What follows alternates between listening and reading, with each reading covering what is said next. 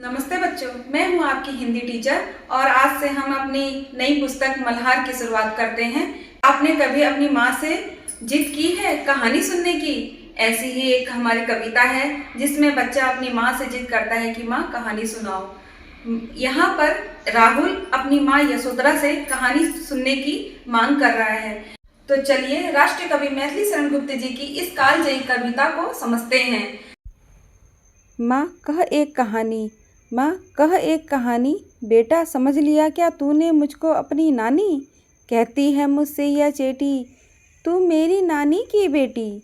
माँ कह लेती ही लेती, राजा था या रानी, राजा था या रानी, माँ कह एक कहानी।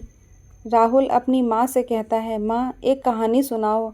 माँ हंसकर कहती है, बेटा क्या तूने मुझे अपनी नानी समझ लिया है? क्योंकि अक्सर कहानियाँ नानी दादी सुनाती हैं।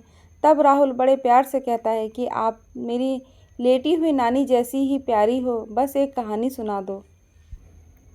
तू है हठी मान धन मेरे, सुन उपवन में बड़े सवेरे, तात भ्रमण करते थे तेरे। जहाँ सुर भी मनमानी, जहाँ सुर भी मनमानी, हाँ माँ यही कहानी। वर्ण वर्ण के फूल खिले थे, झलमल कर हिम बिंदु झिले थे, हल्के झोंके हिले मिले थे, लहराता था पानी, लहराता था यशोधरा पानी। कहानी शुरू करती है। कहानी वह बताती है कि एक सुबह तुम्हारे पिता सिद्धार्थ बगीचे में टहल रहे थे। चारों तरफ फूलों की खुशबू थी, ओस की बूंद चमक रही थी और पक्षी चहचहा रहे थे। अचानक एक करुण पुकार सुनाई दी।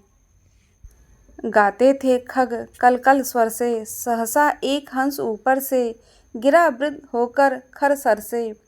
हुई पक्ष की हानि, हुई पक्ष की हानि, करुणा भरी कहानी। चौंक उन्होंने उसे उठाया, नया जन्म सा उसने पाया, इतने में आखेटक आया। तभी आसमान से एक हंस गिरा जिसे तीर लगा था। वह तड़प रहा था। सिद्धार्थ ने उसे उठाया, सहलाया और उसका घाव साफ किया। तभी वहाँ शिकारी आ गया। शिकारी सिद्धार्थ का चचेरा भाई देवदत्त था।